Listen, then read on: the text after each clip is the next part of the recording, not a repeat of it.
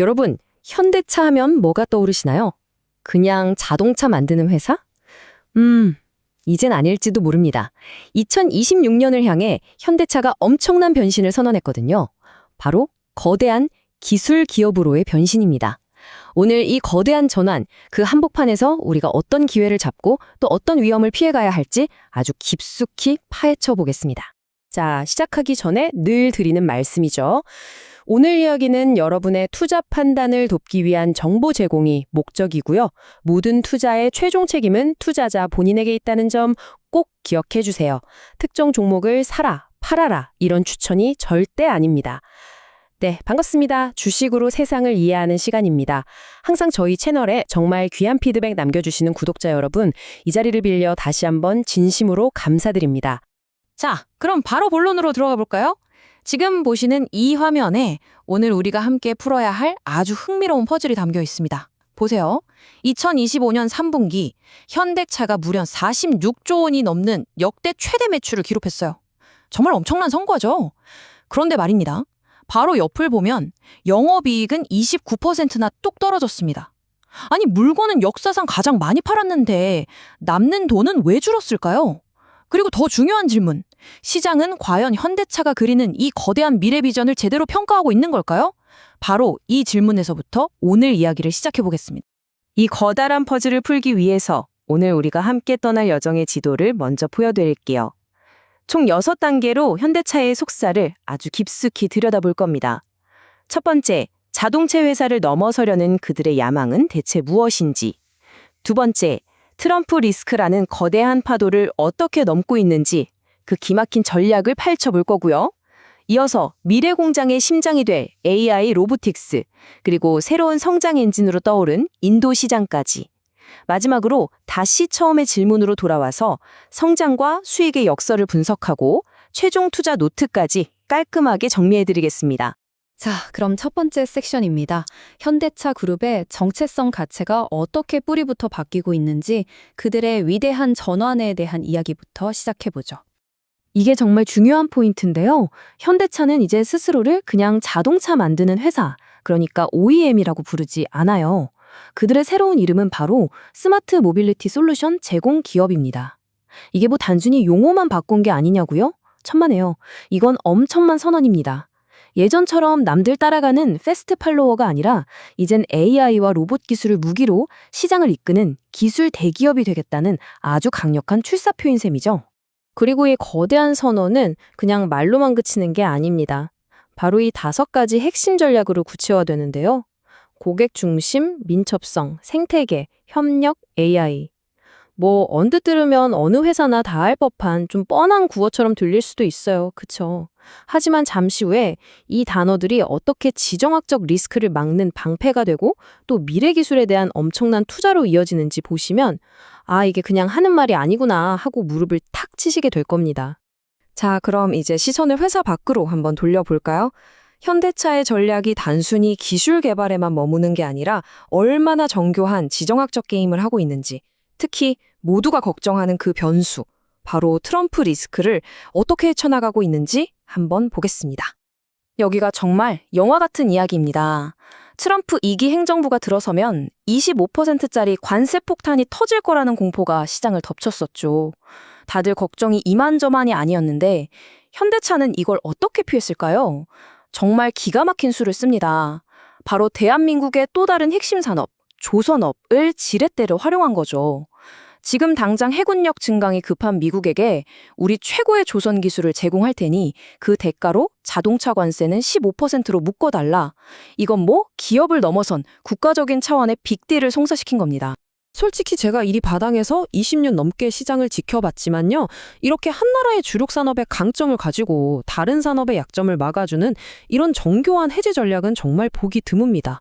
이게 뭘 의미하겠어요? 현대차 그룹이 이제는 그냥 자동차만 잘 만드는 회사가 아니라 이 복잡한 국제 정세의 판을 읽고 그 판을 움직일 줄 아는 진짜 플레이어가 됐다는 걸 명확하게 보여주는 대목이죠.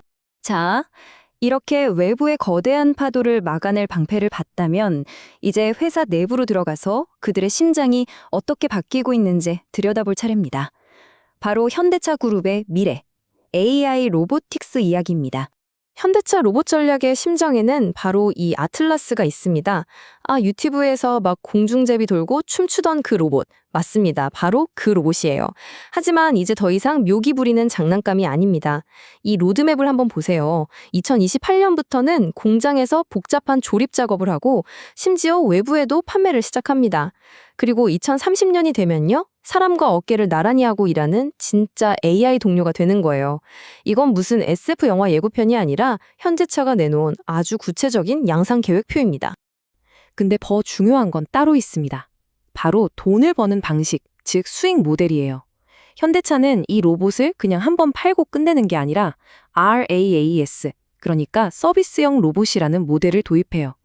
이게 뭐냐면 기업들이 굳이 수십억 원짜리 로봇을 살 필요 없이 마치 넷플릭스 구독하듯이 월 구독료만 내고 빌려 쓰는 겁니다. 현대차 입장에선 어떨까요? 자동차 경기가 좋든 나쁘든 상관없이 매달 꼬박꼬박 현금이 들어오는 정말 든든하고 강력한 캐시카우를 하나 더 갖게 되는 거죠. 물론 현대차가 이 엄청난 일을 혼자 다 하는 건 아닙니다. 세상에서 가장 뛰어난 몸, 하드웨어인 아틀라스에 세계 최고의 두뇌, 소프트웨어를 이식하기 위해서 그야말로 어벤져스급 동맹을 맺었어요. 구글 딥마인드에게서는 범용 인공지능, 그러니까 생각하는 두뇌를 가져오고요. 엔비디아에게서는 로봇이 수만 번 연습할 수 있는 가상훈련장, 옴니버스를 제공받습니다.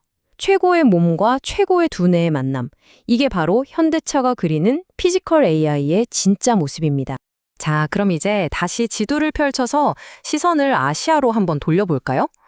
요즘 중국이나 러시아 시장은 사실 좀 불안하잖아요. 이런 불확실성 속에서 현대차가 우리의 다음은 여기다 하고 콕 찍은 새로운 성장 엔진이 있습니다.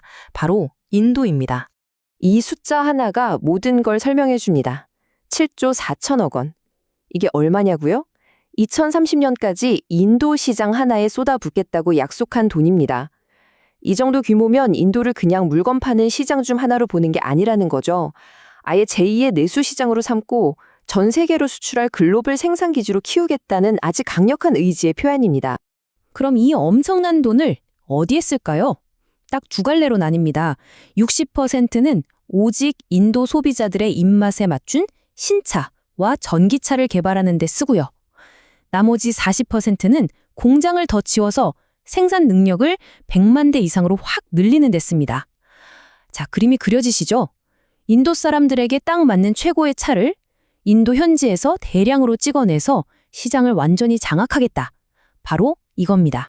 그리고 이 모든 인도 전략의 방점을 찍는 한 수가 있습니다. 바로 이 인사 조치인데요. 현대차가 무려 30년 만에 처음으로 인도 현지 법인의 대표, CEO 자리에 인도인을 앉혔습니다. 이건 그냥 상징적인 의미를 넘어서는 거예요. 우리는 겉핥기식으로 아는 게 아니라 진짜 당신들을 이해하고 당신들을 위한 차를 만들겠습니다. 라는 아주 확실하고 강력한 메시지를 던진 거죠. 자, 이렇게 미래를 향한 원대한 계획들을 쭉 살펴봤는데요. 그럼 이제 다시 우리가 출발했던 첫 번째 질문으로 돌아와야겠죠? 이렇게 잘 나가는데 도대체 왜 3분기 이익은 줄어든 걸까? 바로 성장과 수익이라는 이름의 이 하이브리드 역설을 지금부터 풀어보겠습니다. 화면을 보시면 답이 아주 명확하게 보입니다. 자, 좋은 소식부터 볼까요? 제네시스 같은 비싼 차들, 그리고 특히 하이브리드 모델이 정말 불티나게 팔렸어요. 이게 외출을 쭉 끌어올린 거죠. 하지만 돈 나갈 곳도 많았습니다. 시장 경쟁이 너무 치열해지니까 고객들한테 할인, 그러니까 인센티브를 더 많이 줘야 했고요. 또 혹시 모를 미래 위험에 대비해서 미리 돈을 쌓아두는 충당금, 그리고 신차 홍보 비용도 만만치 않았던 거죠. 이익을 깎아 먹은 겁니다. 결국 이걸 종합하면 뭐냐? 지금 당장 돈 잘 버는 하이브리드는 앞으로 돈이 많이 들어갈 전기차와 로봇 같은 미래기술 투자를 위한 실탄을 마련해주는 아주 현실적이고 영리한 징검다리 전략이라고 볼 수 있는 겁니다. 자, 그럼 가장 중요한 거, 현재 주가는 어떨까요? 비쌀까요? 쌀까요? 지표를 한번 보죠. PER이 8.5배 수준인데 이건 회사가 버는 돈에 비해서 주가가 아직 싸다는 신호로 해석될 수 있습니다. 자기자본 이익률, ROE도 9.8%면 꽤 탄탄한 편이고요. 근데 부채 비율이 좀 높아 보이네 하실 수 있는데 이건 현대캐피탈 같은 금융자 회사의 특성이 반영된 거라 크게 걱정할 부분은 아닙니다. 종합적으로 봤을 때 미래를 위한 투자를 하고 있다는 걸 감안해도 여전히 저평가 매력은 충분하다. 이렇게 볼 수 있겠습니다. 자, 그럼 이제 거의 다 왔습니다. 지금까지의 모든 분석을 쫙 모아서 핵심만 딱딱 정리해 드릴게요. 투자자 입장에서 우리가 눈여겨봐야 할 기회 요인은 뭐고, 또 반대로 절대로 놓치면 안 되는 위험 요인은 뭘까요? 현대차의 미래를 밝게 보는 이유, 그러니까 강세론의 핵심 기둥은 바로 이 세 가지입니다. 첫째, 로보틱스와 AI라는 날개를 달고 더 이상 무거운 자동차주가 아닌 가벼운 기술주로 레벨업 할 수 있다는 가능성. 둘째, 전기차 시장이 잠시 숨고르기를 할 때 하이브리드라는 든든한 방패로 수익을 지켜낼 수 있다는 유연함. 그리고 마지막 셋째, 인도라는 어마어마한 성장 엔진을 새로 장착했다는 점이죠. 물론 세상에 장밋빛 미래만 있는 투자는 없겠죠. 반드시 경계해야 할 위험 요인 세 가지도 짚어봐야 합니다. 첫 번째는 역시 언제 어떻게 돌변할지 모르는 미국의 무역 정책, 이 지정학적 리스크가 가장 큽니다. 두 번째는 치열한 경쟁과 계속되는 대규모 투자 때문에 단기적으로 수익성이 압박받을 수 있다는 점.